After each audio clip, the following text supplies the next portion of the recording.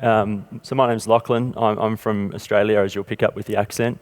And it's a great pleasure to be here for this week, so thank you for having me. To kick off, I just thought I'd give a quick introduction about who Entain Australia and New Zealand are. So we're part of the global Entain group, which operates in 30-odd countries globally. Our little part of the puzzle is Australia, so we run the Ladbrokes and Neds brands in Australia. And importantly, we returned about $480 million to racing and sports industries in Australia in the last 12 months through the fees and the taxes that we pay. Over in New Zealand, we run two wagering brands, TAB and Betcha, and also the Trackside Media brand, which we inherited as part of the partnership just over 12 months ago. So today I'm going to talk a little bit about what we've seen in the Australian market, which has been one of the most competitive globally, and some of the things that we've tried to do differently as a wagering operator to step more into the sphere of engagement rather than just striking the bet. And then I'll touch on New Zealand and run through what we've seen there, the market that we inherited, and some of the changes we've tried to drive to put that market on the right trajectory. To set the scene though, I thought we should just remind ourselves of the really tight ecosystem we run in. So as we've heard a lot about this week, we're in a really competitive market, and having the best quality racing product is the foundation. With that, we should get greater engagement, and with greater engagement, we should get more wagering. And of course, with more wagering, there's more ability for us as wagering operators to innovate, to market, and to continue to grow. And with that will come increased funding, and so the cycle continues. And it's really this, what we call the virtuous cycle within our, virtuous circle, within our business, that really guides what we as Entain Australia and New Zealand are trying to do to grow and ensure we have a strong and sustainable racing industry in both Australia and New Zealand. The Australian market is one of the most competitive, as Jason said earlier, and this slide just gives you a little bit of a feel for some of the products that our business has driven over the last sort of 10 to 12 years. Our competitors have also been very strong in terms of innovation, and we've seen a lot of great ideas come to market. A couple of things just on this slide that I'd like to point out. One product we innovated with back in 2015, which has application in any sort of betting transaction, is the Odds Boost. So that at the time was a world first. It essentially allows a customer to choose a bet of their choice, inflate the price, and I think today that's become something that's a global standard amongst pretty much every operator. Overall though, what we've always tried to keep in mind is making sure we've got customer at the heart of it all. So customer centricity, that, it's a bit of a catchphrase, but that is truly how we try and operate our business. And we really need to listen to what customers are saying, how their behaviour is changing, what's happening in other digital areas, and how their experience and expectations have moved along. And I think we heard a little bit about that yesterday with the concept of social betting, and that's something that certainly we've seen in Australia over the last few years become a really core part of our product, of our competitors' products. The ability to have our mates mode, so you can strike a bet with your friends, communities, so you can be chatting about what you're betting on, and that has become a really important part of the market. As has things like AI, and I've no doubt that there'll be a lot more around AI that develops in the next little while. We've already got some products in the pipeline to come out this next carnival that start and pick up how we use AI and bring that into the transaction. Because I think it's probably been less and less about the transactional betting products in our market more recently. It's more been about the user experience, what customers are trying to do, how they're trying to do it. However, I guess as the challenges for our industry have grown, as I said, we've, as a wagering operator, decided we've needed to step out of just being focused on the wagering piece and also play a role in the broader engagement of the industry. So making sure that racing as a sport has a great following, has a growing following. And so there's a couple of things we've done I'd just like to talk about today briefly. So first of all, about 3 years ago, we set out and we've created our own internal content marketing team. Basically, that team is telling the stories of racing week in, week out. It very rarely has a wagering trigger. It's not trying to sell a bet, but what it's trying to do is expose the great stories, the horses, the jockeys, the heroes, the participants, and all the great behind-the-scenes stuff that happens within our industry. Since we put this strategy to market in 2021, we've invested in the order of $40 to $50 million to make this happen. to tell those stories and make sure we can play our role in increasing that top of funnel engagement for the industry. The other thing we've launched about 18 months ago is the Ladbrokes Racing Club. I think we've heard a little bit yesterday about the ownership and getting people into ownership is a challenge. The costs are going up. How you do it is harder. And so we saw that there's a role for our business as one of the leading wagering businesses in Australia to play a role to try and convert our wagering customers to horse owners. And so we launched this, the club about 18 months ago. We now have roughly 30,000 customers who have opted in. And essentially it's a free service for our customers. We're taking on the capital, we're buying the horses, we're wearing the cost of the training. And what we want is those customers to have a great ownership experience and ideally be going on to buying horses at the next year's yearling sale. However, all of this investment, this innovation really is at risk in Australia right now. So taxes and fees now represent 55% across the market, and quite simply, we are at a tipping point. There is no further ability for us to increase those returns.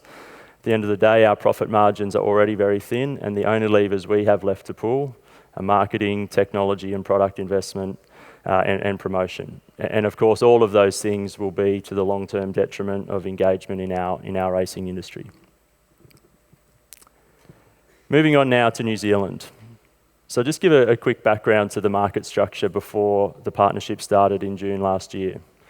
So the TAB, government-owned and operated business, a legislative monopoly. However, what had happened over time is that as the digital market had grown, the offshore market was able to attract New Zealand customers.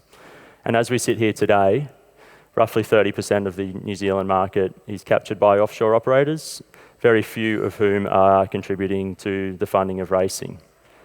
And so that's presented a range of challenges, as you'd imagine, for the TAB business. It was subscale and inefficient, given the size of the New Zealand market. It didn't have the ability to both fund racing and invest in its product and keep up with the demands of what customers were after.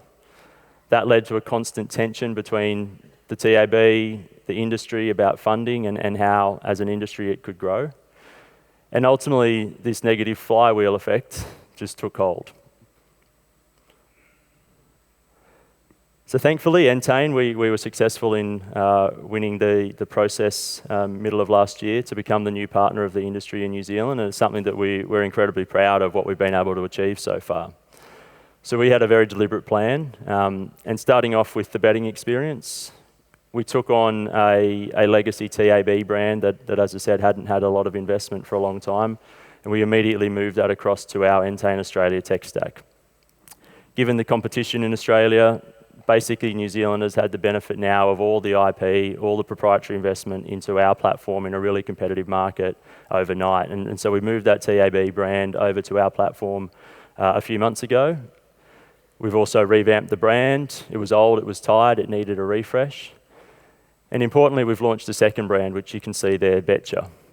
Now that brand is designed, recognising it is a monopoly market, and we hope it will be reinstated as a true monopoly shortly.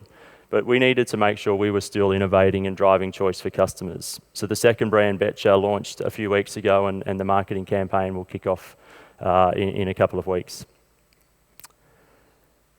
We then had a really deliberate strategy to partner directly with the racing industry. And I know Bruce Sharrick from NZTR is on a panel later, so I won't steal too much of his thunder, but really what we saw was critical for our success was that the industry confidence changed overnight. We needed the racing industry, the participants, those buying horses, training horses, we needed the confidence there straight away. And that was achieved really through a few things. There was, of course, a guaranteed level of funding that allowed a big uplift in stakes overnight in the order of 30%, and then more came shortly after. We've also worked with NZTR to drive new and innovative race concepts. So we've unashamedly taken the Everest concept and have put that into New Zealand. Slightly less level of prize money, but there's a journey there. So $4.5 million slot race in New Zealand next March, as part of what we've created on the Champions Day. And all of these things are, I guess, how we saw our role as the monopoly wagering operator to work hand in hand with racing to drive growth.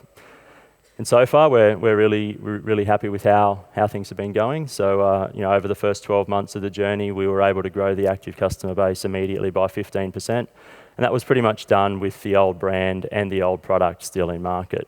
So we're really confident about where to from here. The other part of the business that we picked up was the trackside media business. And I guess as the slide says, in New Zealand, we are the sole custodian of the racing media rights. It's our responsibility to make sure racing is in front of as many people as possible. And so immediately we made some quite major investments to do that. When we inherited the business, the trackside product was behind a paywall, and unfortunately that is the case in a number of markets globally where access to Racing Vision sits behind a paywall. So we removed that, we put it on the free services, we made it available to customers wherever they want, however they want. And we see that as a really important way for us to grow our audience and provide the opportunity for engagement. We also enhanced the look and feel. You turned it on and it felt like you're in the 90s. And so that, as the window into racing for the general public, really didn't put racing in a great light at all. So we've upgraded the graphics, we've changed the look and feel of the studios, we've changed the look and feel of the presenters, introduced new shows, and a whole range of other enhancements that make it look like and feel like a modern product. And we also took on a big challenge in trying to get racing back into the mainstream. And to do that, we were very fortunate to be able to get a slot in the 2023 running of the Everest through the trackside media business in New Zealand. And so we set about, we partnered with a Kiwi horse, I Wish I Win, and we then went off and had a massive mass marketing campaign where we basically told the story of the horse from Waikato Stud that was born with a bent leg, that was now racing in a $20 million race. And that story got huge coverage in New Zealand. The engagement we saw on the race, on the event, on the lead up, and to be honest, coming out of the Everest, the ongoing engagement we've been able to keep from new customers or reactivated customers has been exceptional. And to measure all of that on an overall basis, what we've seen on our trackside broadcast platforms is roughly a 33% increase in audience numbers just this year to date. And most of those changes I mentioned, they have only been relatively recent, only in the last month or two, so we think there's more to come. And in terms of other things of more to come, we are also launching trackside.co.nz. So our investment in this media business and ensuring that the ongoing ability for consumers in New Zealand to see and want to engage in racing isn't stopping.